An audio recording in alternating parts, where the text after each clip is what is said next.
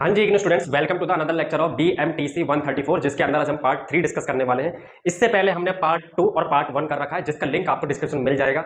उसके अंदर भी हमने इंपॉर्टेंट पीवाईक्यू डिस्कस करे, तो एग्जाम से पहले उसको जरूर देख लेना ताकि आप अच्छा कर सको। तो आज हम पार्ट 3 करने वाले हैं और पार्ट 3 में दो क्वेश्चन डिस्कस करने वाले हैं जो कि एग्जाम के पॉइंट ऑफ व्यू से बहुत ज्यादा इंपॉर्टेंट है और ये दोनों ही क्वेश्चन 6 और 5 मार्क्स के पूछे हुए हैं। तो अब क्वेश्चन पर फोकस कर लेते हैं। क्वेश्चन क्या है?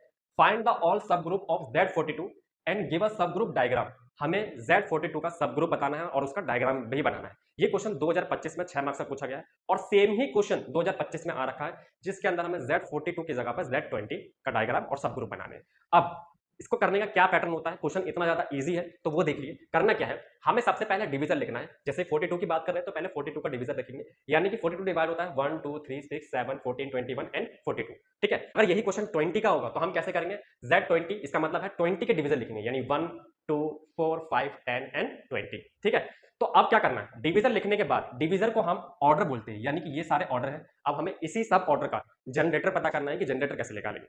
तो जनरेटर ग्रुप जनरेटर निकालने का क्या तरीका है, 42 को हमें डी से डिवाइड करना है, यानी ये डिवीजन से डिवाइड करना है। ठीक है, तो ये हमारे सारे ऑर्डर हैं जो यहाँ पे लिखे हुए हैं 1 2 3 6 7 14 21 एंड 42।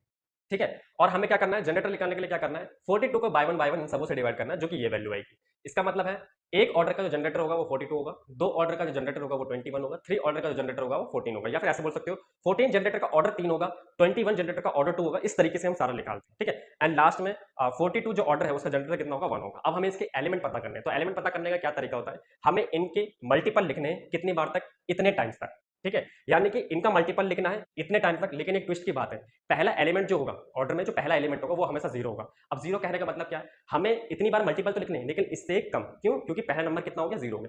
अब 6 का मतलब ये है कि इसके यहां पर मुझे 6 ही मल्टीपल लिखने हैं, यानी कि यहां पर 6 एलिमेंट होने चाहिए।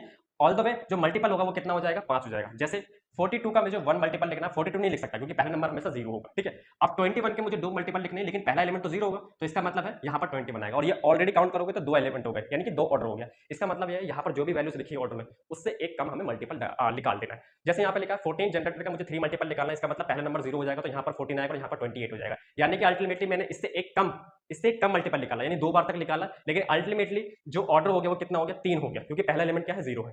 ऐसे ही 7 का मुझे 6 मल्टीपल निकालना है, लेकिन देखा जाए तो मुझे कितना निकालना है, 5 मल्टीपल निकालना है, क्योंकि पहला नंबर कितना होगा, 0 होगा। तो 0 7 14 21 और 35। कहने का मतलब ये है कि सीधा सीधा टेबल लिख देना है। ठीक है, क्यों? क्योंकि हमें इतने ही नंबर लिखने हैं और लास्ट का कितना होगा, 42। तो इस तरीके से सारे निकालेंगे। जैसे कि यहाँ पर 3 जनरेटर है, अब यहाँ पे 14 लिखा है, इसका मतलब है मुझे 14 एलिमेंट लिखने हैं, यानी कि मुझे 3 का टेबल 14 से एक कम यानी कि 13 तक करना है, यानी लास्ट में 39 आएगा और शुरू में 1 आएगा। ठीक है, अब इसका मतलब है मुझे 2 जनरेटर के मुझे 20 मल्टीपल लिखने हैं, जिसमें पहला 0 होगा तो लास्ट में कितना होगा, 40। तो इस तरीके से हम जनरेट पता करेंगे। अब ऐसे ही अगर Z20 का होगा तो मैं क्या करूंगा, 20 के डिवीजन लिखूंगा, यानी 1 2 4 5 10 एंड 20। तो इसका मतलब है यहाँ पे 1 2 4 5 10 और 20 आएगा और यहाँ पर हम डिवाइड करेंगे, देन उसका मल्टीपल लिखेंगे। ठीक है, अब डायग्राम की बात आएगी तो डायग्राम में पहले हमें 1 लिखना है, 1 जनरेटर, और 1 के बाद 2 3 और 7 ये अलग से जनरेटर लिखने, क्योंकि 2 3 7 6 क्यों नहीं लिखा, क्योंकि 6 इन दोनों का मल्टीपल होता है, यानी कि जो हमने लोअर क्लासेस में हमने एचसीएफ निकालते वक्त जो ऑर्डर लिखे थे वैसे ही लिखना है। ठीक है, 2 और 3, अब जो 14 है वो 2 और 7 से मिल जाएगा, इसलिए यहाँ पर 14 जनरेटर लिखा है। अब